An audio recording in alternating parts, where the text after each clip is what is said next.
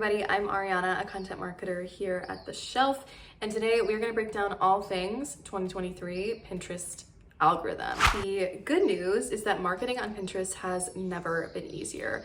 In recent years, the Pinterest engineers have been tweaking the algorithm to start to resemble something a lot more similar to Google, which actually makes sense because even though we might think of Pinterest as a social media platform, it's also a really powerful search engine. The current Pinterest algorithm is designed to make sure that in-feed content is high quality, recent, valuable, and also encourages pinners to engage and stay on the platform longer. According to a Pinterest engineer, recency and relevancy are the two most important factors to determine what shows up in a pinner's feed. Let's talk recency. Recency is all about keeping your Pinterest feed fresh. It used to be that Pinterest favored content that was already popular in Pinterest, and it may have been linked to your previous preferences or engagement. But now they are really prioritizing more recent content. So they also favor new pins over repinning, which is a distinct change. In fact, pins that have text overlays, like a title over the image that include the word new, actually perform 9 times higher in aided awareness than those who don't, which is actually great news if you're trying to design a new campaign. Of course, recent content only matters if it is also relevant to pinners. Pinterest has taken great strides in the past few years to dispel misinformation and make sure the pins come from trusted sources. So if they are relevant, they can also be trusted. But there are 7 main factors that go into what determines relevance on the Pinterest platform. So let's dive into those now. Number 1 is attainability. Can the pinner take action on this content? The best pins should compel users to try, make, or do. Number 2 is authority. Does this content come from a trustworthy source?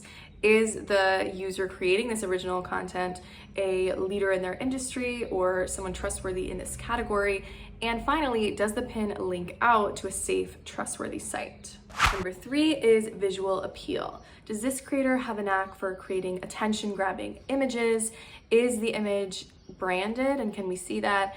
And does the pin have a compelling title in the text overlay of the image that tells us exactly what the pin is about? Number 4 is positivity. Does your pin inspire or motivate pinners?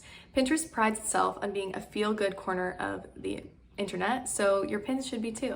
Number 5 is searchability. Does your pin have a compelling title that is going to motivate pinners to save it or click out to your blog? Are you using SEO keywords? You should be. Or hashtags.